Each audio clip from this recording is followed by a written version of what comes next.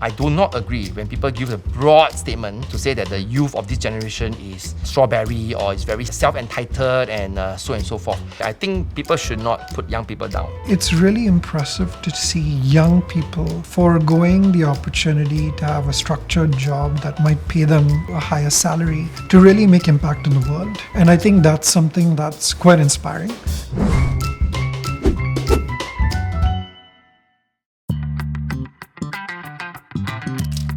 When I talk about mentoring, I always feel that it's a two-way traffic. It's not just me mentoring someone, it's actually the person reverse mentoring me. It was during, I think, April, May, we were in the circuit breaker period, and it was very challenging because not many people could get their own mask. So obviously the idea of using vending machine came up. So there was a time when I was asked to come in and help them to evaluate a supplier for the vending machine. That's when we came across a company called Warburg, who brought in a partner for software development called Beep. Now actually my job ends there.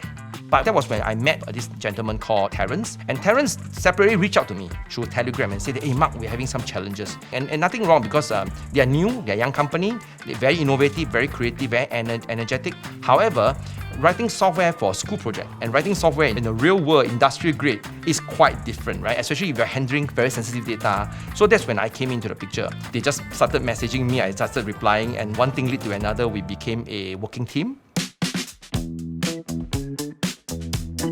I didn't know he was the MD of Temasek Digital.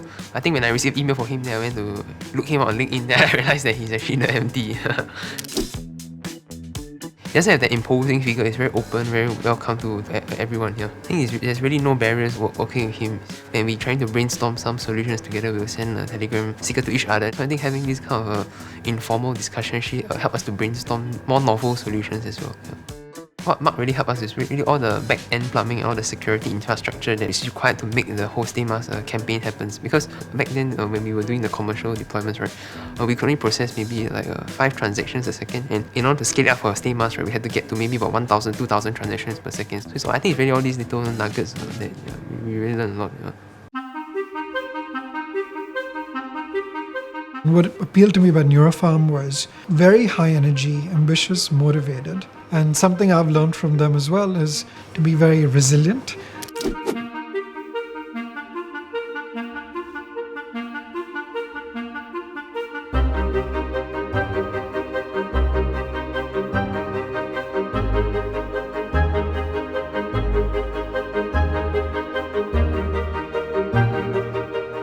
Indonesia is a huge agricultural country. Right? Agriculture contributes to 13% of GDP in Indonesia. I feel the need that this sector should be transformed because it's not sustainable. The farmer welfare is really low. It's something that's worth to pursue. I've always believed that mentoring is not about the number of hours. And I'll share this, some of the most important and relevant feedback are often just 1 or 2 sentences. I think the best mentor is not someone who tell you what to do, but tell you what to think. And Siddarth is the latter. He told us what to think instead of what to do. And that's what really struck me the most.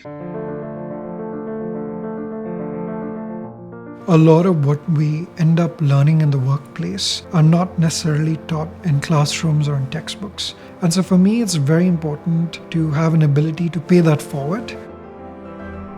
I always believe that the most valuable capital we have is human, is the people. So I believe that if we encourage their heart, they will go on to encourage the next generation and the next generation that will make a difference in this world.